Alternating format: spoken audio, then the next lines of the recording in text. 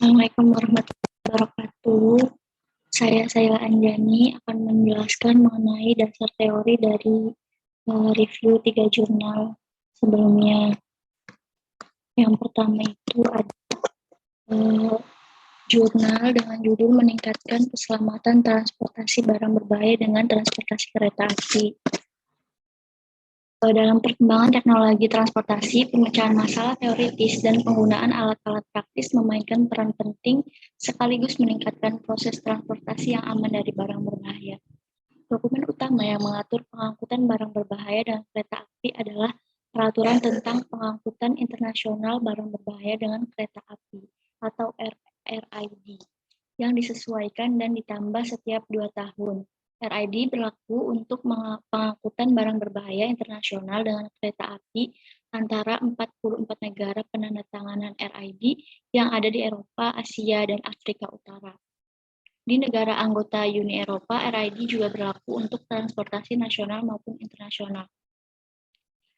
RID diselaraskan dengan rekomendasi Perserikatan Bangsa-Bangsa tentang Pengangkutan Barang Berbahaya yang berfungsi sebagai dasar untuk semua peraturan barang berbahaya. Modal ada juga koordinasi yang erat dengan peraturan barang berbahaya untuk jalan RADR dan saluran air pedalaman atau ADN. Penggolongan barang berbahaya menurut RID adalah sebagai berikut. Kelas yang pertama itu bahan dan barang yang mudah meledak. Untuk kelas 2 itu ada gas, untuk kelas 3 itu cairan mudah terbakar, untuk kelas 4.1 itu padatan yang mudah terbakar, zat self-reactive, zat polimerisasi, dan bahan peledak desensitif padat. Untuk selanjutnya itu kelas 4.2 itu zat yang dapat menyebabkan pembakaran spontan. Lalu ada kelas 4.3 yaitu zat yang jika kontak dengan air memancarkan gas yang mudah terbakar. Selanjutnya itu kelas 5.1 yaitu zat pengoksidasi.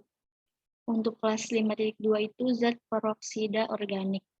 Selanjutnya kelas 6.1 adalah zat beracun, kelas 6.2 itu zat menular, kelas 7 itu bahan radioaktif, kelas 8 zat korosif, dan kelas 9 berbagai zat dan barang berbahaya.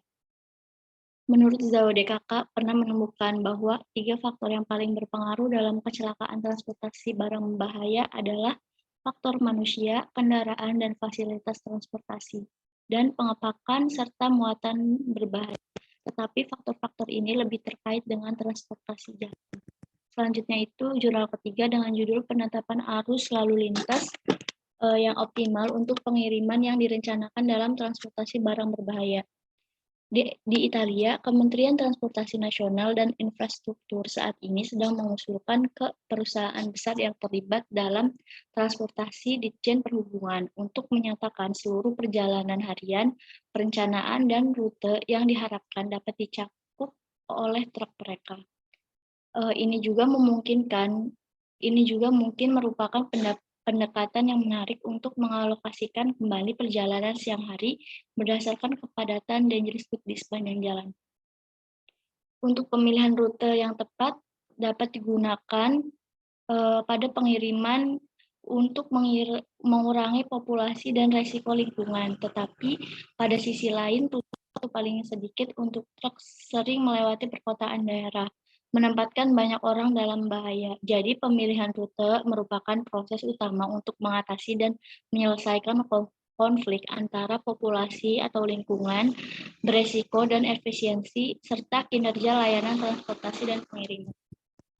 Dalam beberapa tahun terakhir ini, beberapa pendekatan mengenai optimasi multi-objektif dalam transportasi Ditjen Perhubungan telah dipelajari, antara lain mengusulkan model di mana pengambilan keputusan harus merencanakan setiap hari pengiriman dangerous goods dari depot ke beberapa tujuan lain, mengikuti strategi routing risk averse. Model ini juga mempertimbangkan resiko gabungan yang timbul dari kehadiran satu atau lebih kendaraan secara bersamaan.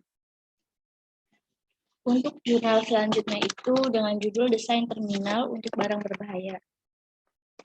Istilah barang berbahaya digunakan untuk komoditi yang menurut sifatnya sangat beresiko jika tidak benar-benar berbahaya bila ditangani atau diangkut.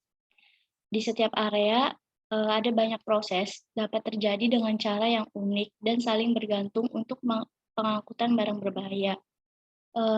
Pengangkutan tersebut telah dinamai untuk terminal barang berbahaya. Istilah ini dapat digunakan untuk menunjukkan suatu sistem terpadu untuk penanganan dan dalam beberapa kasus penyimpanan barang berbahaya tersebut. Dari karakteristik pelabuhan kontemporer, sistem seperti ini tidak hanya dapat mengekspresikan terminal tipikal area untuk pengumpulan dan pengiriman barang, tetapi juga stasiun transit yang memainkan peran moda unit dalam sistem transportasi antar moda. Asumsi utama yang dipertimbangkan adalah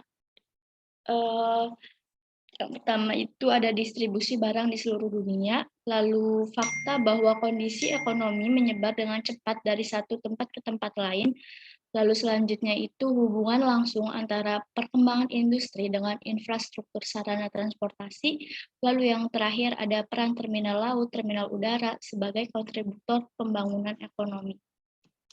Mungkin cukup sekian presentasi dari saya, kurang lebihnya mohon maaf. Wassalamualaikum warahmatullahi wabarakatuh.